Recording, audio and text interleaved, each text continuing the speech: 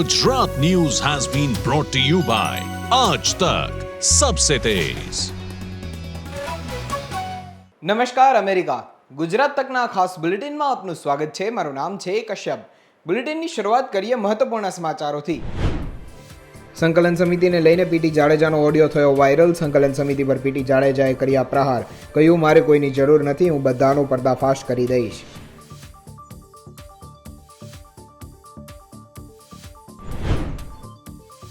લોકસભાની ચૂંટણીને લઈને મતદાન બાદ ભાજપમાં આંતરિક ડખા યથાવત। નારણ કાછડિયા અને ભરત સુતરિયાએ આપ્યો જવાબ, કહ્યું આપની ટિકિટ કપાવવાનું કારણ આપને ખબર જ છે।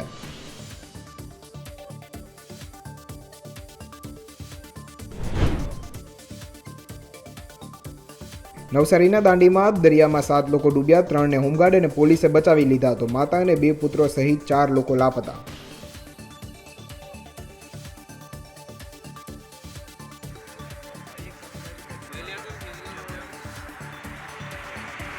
અમદાવાદના પરિવારનો દિલ્હી મુંબઈ એક્સપ્રેસ વે પર ગંભીર અકસ્માત, 3ના મોત થયા। માતાનું હરિદ્વારમાં અચાનક અકસ્માત થતા અંતિમ સંસ્કાર માટે જઈ રહ્યા હતા।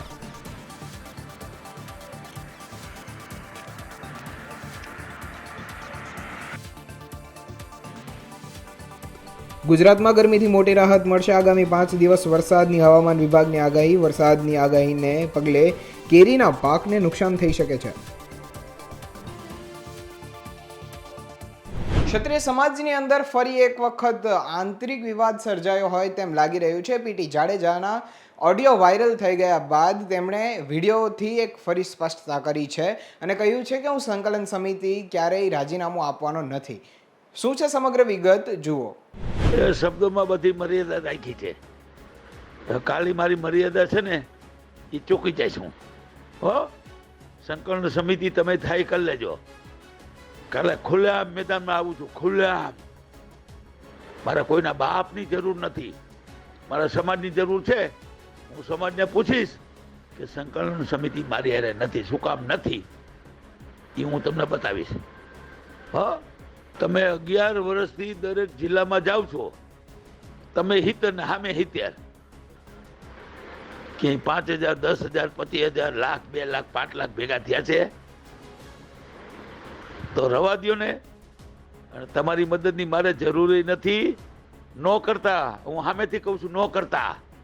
હું કાલે કરીશ, જે થવું એ થાય। તમારી પરીક્ષા લઈ લઈશ, પછી સમાજને પૂછીશ કે સંકલન સમિતિ મારી હારે નથી, તમે છો કે નહીં?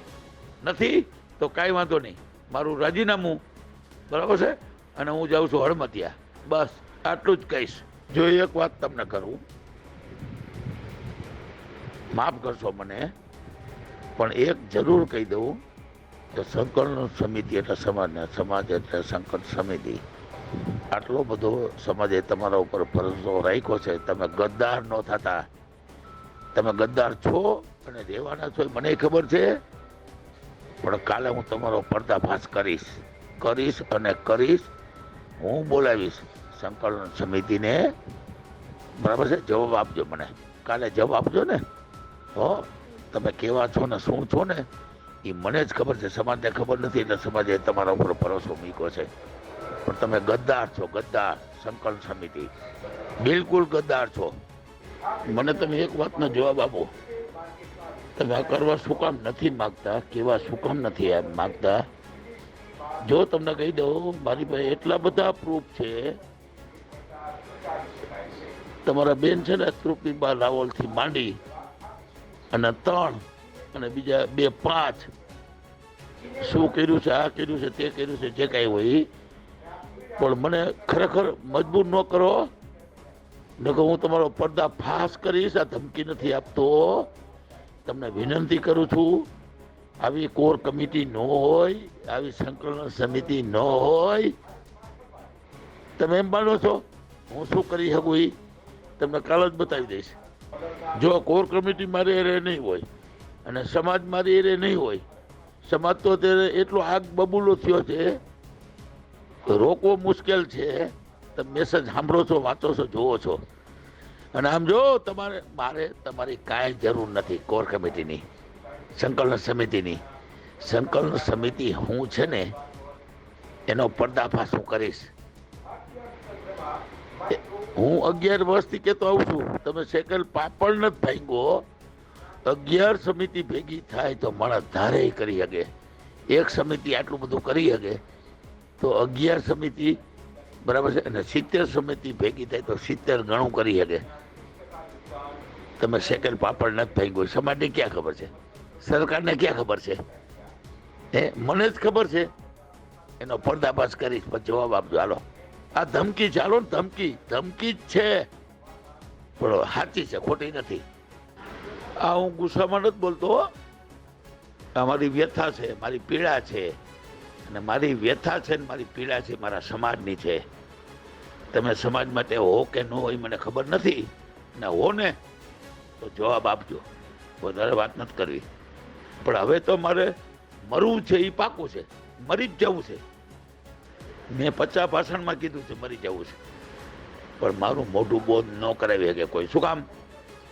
આ મોઢું ક્ષત્રિય સમાજનું છે, અમારા યુવાનોનું છે, અમારા રામ ભગવાનનો દીકરો છું એનું છે. કોઈ બંધ ન કરાવી શકે, કોઈના બાપની તાકાત નથી. આનું પરિણામ ખરાબમાં ખરાબ શું આવે? મરવાનું. તો મરવા માટે તો મેદાને પડ્યો જ છું. તમે જીવજો, તમને મુબારક. હો, જય માતાજી. હું પીટી જાડેજા મીડિયા સમક્ષ એક નિવેદન કરવા માગું છું કે સવારથી મને ફોન આવે છે, ટીવીમાં જાણવા મળેલ છે. તો પહેલાં તો મેં રાજીનામું આપવાનું કીધું હતું, આપ્યું નથી અને આપવાનો પણ નથી. મારે જે થોડો ઘણી નારાજગી હતી એ મીડિયામાં અને સોશિયલ મીડિયામાં હજારો યુવાનો, લાખો યુવાનો સૌરાષ્ટ્ર અને ગુજરાતભરમાંથી બરાબર છે મારા સમર્થનમાં આવ્યા. સંકલન સમિતિ સમર્થનમાં ના આવી એટલે મારો થોડો નારાજગી હતી, એ નારાજગી મેં વ્યક્ત કરી છે. હું રાજીનામું આપવાનો નથી, રાજીનામું આપીશ નહીં. આ સંકલન સમિતિ છે, કાયમ રહેશે અને જે આનાથી મજબૂત બનશે. પણ જે મેં આ ક્લિપ મૂકી છે બરાબર છે, એ 14 જણાના કમિટીની ગ્રુપમાં મૂકી છે. તો એ 14 કમિટીમાંથી કોણ ફૂટ્યો? તો જે મારી નારાજગી નહીં પણ મારો જે આક્ષેપ હતો એ ખોટો નથી. હું સાયબર ક્રાઇમમાં ફરિયાદ કરીશ અને હું જાણીશ કે આ ગદ્દાર કોણ છે. એ એક જ છે. એટલે મને સંકલન સમિતિના બધાના ફોન આવ્યા કે ભાઈ એક જ વ્યક્તિ છે તો આપણે એને ખુલ્લો પાડશું અને સંકલન સમિતિમાં જે આવી રીતે જોડાયેલા છે એને આપણે દૂર કરશું. એટલે મારી નારાજગી દૂર થઈ ગઈ અને અત્યારે મારે રમજુભા પાસે બધા સાથે વાતે થઈ ગઈ બરાબર છે. અને હું સાંજે કે કાલે અમે આ મિટિંગ કરશું, આ બાબતમાં ચર્ચા કરશું એવું પણ મને કીધું. પણ મૌખિક મને બધાના ફોન આવ્યા એમાં આવું જણાવ્યું છે. એટલે હાલ આપને હું સંદેશો આપવા માંગુ છું, રાજીનામું આપ્યું નથી, આપવાનું નહીં. મારી નારાજગી છે, મેં આપને કહી દીધું. નારાજગીનું કારણ આ હતું, બીજું કાંઈ નહોતું. જય માતાજી. છાત્ર ધર્મ કહી ગઈ, આથી વિશેષ મારે બીજું કંઈ કહેવાનું થતું નથી. લોકસભાની ચૂંટણીને લઈને સૌથી વિવાદિત બેઠક રહી હોય તો તે છે રાજકોટની બેઠક, જ્યાં ક્ષત્રિય સમાજ અને પરસોત્તમ રૂપાલાનો વિવાદ ચાલી રહ્યો હતો. પરંતુ તે વચ્ચે એક એવા સમાચાર સામે આવ્યા છે કે પરસોત્તમ રૂપાલાએ જયરાજસિંહની ઘરે એક બેઠકનું આયોજન કર્યું હતું. શું છે વિગત, આવો જાણીએ. પરસોત્તમ રૂપાલા જયરાજસિંહ જાડેજાને મળ્યા. આ પહેલા તેઓ જેતપુર ગયા હતા. ક્ષત્રિય કાઠી સમાજનું આસ્થાનું કેન્દ્ર સૂર્ય મંદિરમાં દર્શન કર્યા હતા. એ પર પછી જઈએ, એ વાત પર પછી જઈએ. આ પહેલા જયરાજસિંહ જાડેજાની વાત પૂરી કરી દઉં. કેટલાય મુદ્દા પર ચર્ચા કરવી છે. પહેલો જયરાજસિંહ જાડેજાનો મુદ્દો છે.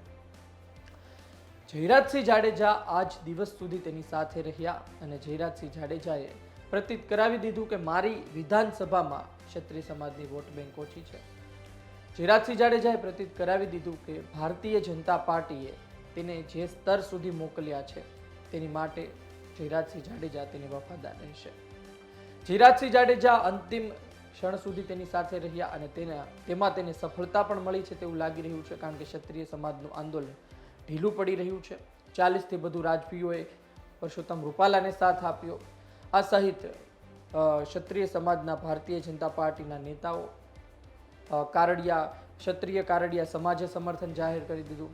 આ તમામ વસ્તુ જયરાજસિંહ જાડેજાની જીત દેખાડે છે.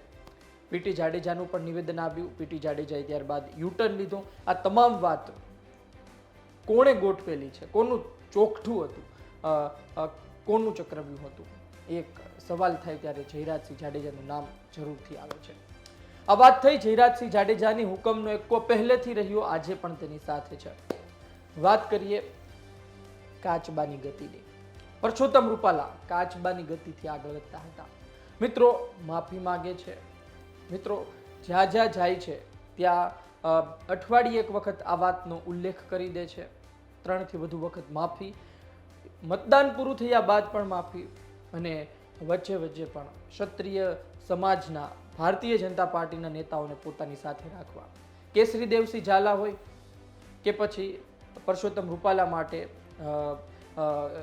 ગધેથડ ભૂપેન્દ્રસિંહ ચુડાસમા અને હકુભાને જવાનું હોય, કે પછી રાજસ્થાનમાં કેસરી દેવસિંહ ઝાલા સાથે મળી રાજવીઓ સાથેની બેઠક હોય, આ તમામમાં ક્ષત્રિય નેતાઓ તેની સાથે રહ્યા. પરસોત્તમ રૂપાલા મિત્રો કઈ રીતે આગળ વધ્યા એ જોવા જેવું છે કે ક્ષત્રિય સમાજનું આંદોલન અને તેના જ નેતાઓને તેની સાથે રાખ્યા. ફોર્મ ભરવા ગયા ત્યાં પણ ક્ષત્રિય સમાજના નેતાઓ તેની સાથે હતા. પહેલી સભા સંબોધી ફોર્મ ભર્યા બાદ ત્યારે પણ ક્ષત્રિય સમાજના નેતાઓ તેમની સાથે હતા. મોટાભાગે દરેક સભાઓમાં તેમણે ક્ષત્રિય સમાજના નેતાઓને તેની સાથે રાખ્યા. આ કાચબાની ગતિ ધીરે ધીરે ધીરે ધીરે આગળ વધતી હતી અને આંદોલન પણ તેમણે ઢીલું પાડ્યું, ટાઢું પાડ્યું અને એક સંદેશ પણ આપી દીધો કે પોતે આ બાબતે દિલગીરી વ્યક્ત કરે છે, તેને દુઃખ છે એ પણ એને સંદેશ આપી દીધો. અંદરખાને તેવો મેસેજ પણ વાયરલ કરી દીધો કે પોતે પાર્ટી કહે તો તે ટિકિટ આપવા તૈયાર છે, એટલે કે તેને ચૂંટણી નથી લડવી, તે તેની ટિકિટ ખેંચી લે, એને દુઃખ નથી. આ મેસેજ પણ વાયરલ કરવામાં આવ્યો. પરંતુ આ કાચબાની ગતિ આજે પરસોત્તમ રૂપાલાને કામે લાગી ગઈ હોય તેવું લાગી રહ્યું છે. ચૂંટણી પણ લડી લીધી, તેના તરફેણમાં પરિણામ પણ આવવા જઈ રહ્યા છે, જે મુજબ સૂત્રો પાસેથી માહિતી મળી રહી છે, અને ક્ષત્રિય સમાજના આંદોલનમાં પણ ફાટા પડી રહ્યા છે. પરસોત્તમ રૂપાલા સાંસદ બનશે તે કદાચ હવે લાગી રહ્યું છે કે 99%, કારણ કે જે પ્રકારે મતદાન થયું છે અને ત્યાંના લોકો કહે છે એ મુજબ. એટલે કે કાચબાની ગતિ પરસોત્તમ રૂપાલા માટે ખૂબ જ આ સફળ નીવડી છે. એમાં શું થશે? પરસોત્તમ રૂપાલાની બોડી લેંગ્વેજ એ સ્પષ્ટ દેખાડે છે, એ સ્પષ્ટ છે કે તેઓ હવે ચિંતામુક્ત થઈ ચૂક્યા છે. પરસોત્તમ રૂપાલાને જે ડર હતો તે ટિકિટ ખેંચ્યા, એટલે કે ઇલેક્શન પહેલાનો ટિકિટ ખેંચાવા સુધીની વાત હતી, પરંતુ તેમણે ચૂંટણી લડી લીધી છે. હવે તેમની સાથે બોડીગાર્ડ્સ રહે છે, હવે તેમની સાથે તેમના શુભેચ્છકો રહે છે. હવે ચૂંટણી પૂરી થઈ ગઈ છે, હવે તેમને તેટલો ડર નથી રહ્યો. તેમનું બોડી લેંગ્વેજ કહે છે તે જે મુજબ વાત કરતા હતા જયરાજસિંહ જાડેજા સાથે, અન્ય લોકો સાથે. હવે લાગે છે પરસોત્તમ રૂપાલાને પણ ખબર છે કે આ લાંબુ નહીં ચાલે, અમુક સમયમાં આનો અંત આવી જશે. પીટી જાડેજાનો ખેલ આવ્યો ત્યારબાદ તો ક્ષત્રિય આંદોલન સમિતિ સાથે જોડાયેલા લોકો પણ ચિંતાતુર છે કે આ સમિતિ ખતમ ના થઈ જાય. જોવું રહ્યું આવનાર સમયમાં શું થાય છે. પરંતુ મિત્રો જયરાજસિંહ જાડેજા હુકમનો એકો સાબિત થયો છે. પરસોત્તમ રૂપાલાની કાચબાની ગતિ તેને કામ આવી છે. અને ત્રીજું સૌથી મહત્વનું મિત્રો, તેની બોડી લેંગ્વેજ પરસોત્તમ રૂપાલાની કંઈક અલગ જ ઇશારો કરે છે. તે જીતી રહ્યા છે તે ઇશારો કરે છે, અને આંદોલનને ટાઢું પાડવામાં પણ તેઓ સફળ રહ્યા છે તે સાબિત. લોકસભા 2024ની ચૂંટણીનું મતદાન તો પૂર્ણ થઈ ગયું છે, પરંતુ તે વચ્ચે ભાજપની અંદર હજી આંતરિક ડખા હોય તેમ લાગી રહ્યું છે. અમરેલીમાંથી નારણ કાછડિયાએ ભરત સુતરિયાની ટિકિટને લઈને સવાલો ઉઠાવ્યા હતા, જેને લઈને ભરત સુતરિયાએ તેમને વળતો જવાબ આપ્યો છે. શું છે વિગત, જુઓ આ રિપોર્ટમાં. 3 વાર પાર્ટીએ મને ટિકિટ આપી, હું પાર્ટીનો આભારી છું, મને કોઈ રંજ નથી. પરંતુ તમે જે સિલેક્શન કર્યું છે ને કે તમે અમરેલીની 23 લાખની વસ્તી અને તમે 17.5 લાખ મતદારોનો દ્રોહ કર્યો છે. ભારતીય જનતા પાર્ટીએ દ્રોહ કર્યો છે. દિલીપ સંઘાણી હતા, મુકેશ સંઘાણી હતા, ડોક્ટર કાનાભાર સાહેબ હતા, બાબુભાઈ ઉદાણ હતા, હિરેન હેરપરા હતા, કેશુભાઈ નાકરાણી હતા, કેટલા ભારતીય જનતા પાર્ટીમાં મજબૂત ચહેરાઓ હતા. તો તમારે સામાન્ય જે વાત ન કરી શકે, ગુજરાતીમાં પણ એક ઇન્ટરવ્યુ ના આપી શકે, કે બોલી ન શકે, એવી વ્યક્તિને તમે ટિકિટ આપીને ભારતીય જનતા પાર્ટીના કાર્યકર્તાને તમે દ્રોહ કર્યો છે. અમરેલીથી વર્તમાન સાંસદ એવા નારણ કાછડિયા દ્વારા આ શબ્દો છે તે 2 દિવસ પહેલા ખૂબ જ વાયરલ થયા હતા. તેમના આ શબ્દોને લઈને ભારતીય જનતા પાર્ટીમાં આંતરિક રોષ છે તે ફરી એકવાર સપાટી પર આવતો જોવા મળ્યો હતો, જેમાં નારણ કાછડિયા છે તેઓ કહી રહ્યા છે કે જે વ્યક્તિને સરખી રીતે ગુજરાતી બોલતા પણ નથી આવડતું તેવી વ્યક્તિને અમરેલીથી લોકસભાની જે બેઠક છે ત્યાંથી ટિકિટ આપવામાં આવી છે, ત્યારે આ મુદ્દે તેમણે ભારતીય જનતા પાર્ટીના નેતૃત્વ પર પણ સવાલ કર્યા હતા અને હવે અમરેલીમાં જે આ આખો ભડકો છે તે હવે સપાટી પર આવ્યો છે. નારણ કાછડિયાના આ નિવેદન બાદ હવે ભરત સુતરિયા કે જે આ વખતે અમરેલી લોકસભા બેઠકથી ભારતીય જનતા પાર્ટીના ઉમેદવાર હતા તેમણે વળતો જવાબ આપ્યો છે. જી હા, ભરત સુતરિયા છે તેમના દ્વારા પત્રના માધ્યમથી નારણ કાછડિયાને જવાબ આપવામાં આવ્યો છે. નારણ કાછડિયાને લખેલા આ પત્રમાં ભરત સુતરિયાએ થેન્ક યુ શબ્દના પ્રયોગ વડે કટાક્ષ કર્યો છે. શું કહ્યું છે નારણ કાછડિયાને ભરત સુતરિયાએ આ પત્રમાં આપને જણાવીએ. પોતાના પત્રમાં ભરત સુતરિયા છે તેમના દ્વારા લખવામાં આવ્યું છે કે જ્યારે જ્યારે તમે મને ખૂબ અભિનંદન પાઠવ્યા ત્યારે ત્યારે મેં થેન્ક યુ કહેલું, જે આપને ભૂલાઈ ગયેલ હોય તેવું લાગી રહ્યું છે. આથી આ પત્રમાં આપને યાદ કરાવવા માંગુ છું કે જ્યારે હું લાઠી તાલુકા ભાજપ મહામંત્રી બન્યો ત્યારે મેં આપ સાહેબને થેન્ક યુ કહ્યું હતું. 2010માં જ્યારે હું લાઠી તાલુકા પંચાયતનો પ્રમુખ બન્યો ત્યારે પણ મેં આપને થેન્ક યુ કીધેલું. 2021માં જિલ્લા પંચાયતની ટિકિટ મળી ત્યારે પણ મેં આપને થેન્ક યુ કહેલું. 2023ના વર્ષમાં જિલ્લા પંચાયતનો પ્રમુખ બન્યો ત્યારે પણ મેં સાહેબને આપને થેન્ક યુ કહેલું. તમે મારા માર્ગદર્શક તરીકે જેટલી વાર અભિનંદન આપ્યા એટલી વાર મેં તમને થેન્ક યુ કહ્યું છે. વધુમાં જ્યારે દેશમાં લોકસભાની ચૂંટણી હોય ત્યારે ઉમેદવાર નક્કી કરવાનું કામ આદરણીય વડાપ્રધાન નરેન્દ્ર મોદી, ગૃહમંત્રી અમિતભાઈ શાહ તેમજ રાષ્ટ્રીય અધ્યક્ષ જેપી નડ્ડા સાહેબ અને પાર્લામેન્ટરી બોર્ડ કરતું હોય છે, ત્યારે આપ જે આક્ષેપ લગાવો છો આ પરથી સ્વાભાવિક રીતે સ્પષ્ટ સાબિત થાય છે કે આપ પાર્લામેન્ટરી બોર્ડનું પણ અપમાન કરી રહ્યા છો. નારણભાઈ કાછડિયા, આપ સારી રીતે જાણો છો આપની ટિકિટ કપાવવાનું કારણ શું છે. આપ સત્યથી પરિચિત જ છો. જે સત્ય હકીકત છે તે લોકો સુધી પહોંચાડશો તેવી આશા. ફરી એકવાર આખરી વાર થેન્ક યુ નારણભાઈ કાછડિયા. લોકસભા ચૂંટણીના પરિણામને હજુ વાર છે. 4 જૂનના રોજ પરિણામ જાહેર થશે, પરંતુ તે પહેલા હવે જ્યારે મતદાન થઈ ચૂક્યું છે ગુજરાતમાં, ત્યારે અમરેલી ભાજપમાં આંતરિક વિવાદ જે છે, આંતરિક વિખવાદ છે તે ફરી એકવાર સપાટી પર આવ્યો છે. નારણ કાછડિયા કે જેમની ટિકિટ આ વખતે કપાઈ છે ભારતીય જનતા પાર્ટી દ્વારા અને ભરત સુતરિયાને ટિકિટ આપવામાં આવી છે, ત્યારે નારણ કાછડિયાનો જે રોષ છે તે એકવાર જોવા મળ્યો છે. નારણ કાછડિયા દ્વારા ભાજપના નેતૃત્વ પર સવાલ ઉઠાવવામાં આવ્યા હતા અને હાઈકમાન્ડ પર સવાલ ઉઠાવતા તેમણે કહ્યું હતું કે આ અમરેલીની જનતા સાથે દ્રોહ થયેલો છે અને હવે ભરત સુતરિયા દ્વારા તેનો જવાબ આપવામાં આવ્યો છે નારણ કાછડિયાને અને નારણ કાછડિયાને કહેવામાં આવ્યું છે કે તેમણે કેટલી વખત થેન્ક યુ કહ્યું છે. આમ આ બંનેની આંતરિક લડાઈ જે છે તે ફરી એકવાર ખુલીને સામે આવી છે અને ભાજપમાં ભડકો જોવા મળી રહ્યો છે. મતદાન તો થઈ ચૂક્યું છે, પરિણામ હવે 4 જૂનના રોજ આવશે, પરંતુ તે પહેલા અમરેલી ભાજપમાં ફરી એક વખત ઉકળતો ચરુ છે તે બહાર આવ્યો છે. હાલ બુલેટિનમાં રોકાઈશું એક બ્રેક માટે. Gujarat News has been brought to you by Aaj Tak Sabse Tez.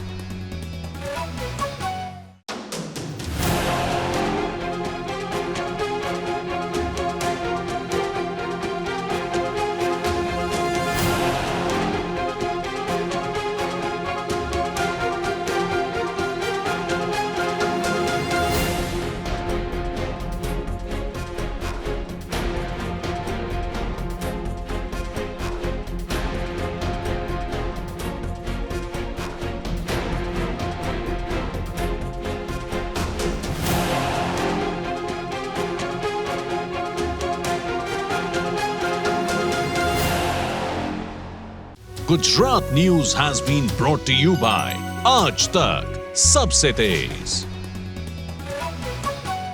રાજ્યની અંદર ગરમીનો પારો ધીમે ધીમે કરીને ઓછો થઈ રહ્યો છે અને તેમાં પણ હવે અનેક જિલ્લાઓની અંદર પ્રી મોન્સૂન એક્ટિવિટી શરૂ થઈ ગઈ છે. ત્યારે આવનારા સમયની અંદર ક્યાં કેટલો વરસાદ પડશે ને વરસાદનું આગમન ક્યારે થવાનું છે આવો જાણીએ. રાજ્યની અંદર ફરી એક માવઠાના વરસાદની શક્યતાઓ છે, એટલે ખાસ કરીને આ જે વરસાદ છે એ પ્રી મોન્સૂન એક્ટિવિટીના ભાગરૂપે હશે અને આ વરસાદની અંદર ભારે ગાજવીજ અને પવન સાથે તોફાની વરસાદો પડે તેવી શક્યતાઓ છે. ખાસ કરીને આજે 12 મે થી લઈ અને 16 મે 2024 સુધી આ રીતે વરસાદની શક્યતાઓ રહેલી છે, જેની અંદર ખાસ કરીને આમ જોવા જઈએ તો છેલ્લા ઘણા સમયથી 40 ડિગ્રી કરતાં પણ ઊંચા તાપમાનની અંદર રાજ્ય છે એ શેકાઈ રહ્યું છે. ત્યારે અત્યારે મહારાષ્ટ્ર ઉપર એક હવામાનની અસ્થિરતા ઊભી થઈ છે. આ અસ્થિરતાને કારણે 850 HPA લેવલે એક શિયર ઝોન સર્જાયો છે અને 700 HPA લેવલે છે એ અરબી સમુદ્રમાંથી આ સિસ્ટમને ભેજ મળી રહ્યો છે, જેને કારણે રાજ્યના હવામાનની અંદર એક પલટો જોવા મળશે, જેમાં ખાસ કરીને રાજ્યના મોટા ભાગના વિસ્તારોની અંદર વરસાદની શક્યતાઓ છે, તોફાની વરસાદની શક્યતાઓ છે અને રાજ્યના અનેક વિસ્તારો એવા હશે કે જ્યાં સવારથી લઈને 1.5 ઇંચ સુધીના વરસાદો થાય તેવી શક્યતાઓ છે. એટલે એક પ્રકારે મોટી પ્રી મોન્સૂન એક્ટિવિટી થાય તેવી શક્યતાઓ છે. આની અંદર વરસાદનું પ્રમાણ 1 ઇંચથી પણ વધારે હશે, જેમાં આજે 12 મેના રોજ બપોર બાદથી જ વરસાદની શરૂઆત થઈ જશે. આજની તારીખે જે વરસાદો જોવા મળશે એ મધ્યપ્રદેશ અને મહારાષ્ટ્ર બોર્ડર લાગુ વિસ્તાર, એટલે કહી શકાય કે આજે બપોર બાદથી લઈ અને આજે રાતભર જે વરસાદો જોવા મળશે, જેમાં ખાસ કરીને રાજપીપળા, છોટાઉદેપુર, ડાંગ, આહવા, સુરત, વલસાડ અને નવસારી જેવા વિસ્તારો હશે. આ તમામ વિસ્તારોની અંદર વરસાદની શક્યતાઓ રહેલી છે. આવતીકાલે 13 મે 2024 થી આ જે વરસાદની જે તીવ્રતા અને વિસ્તારો છે એમાં વધારો થતો જશે.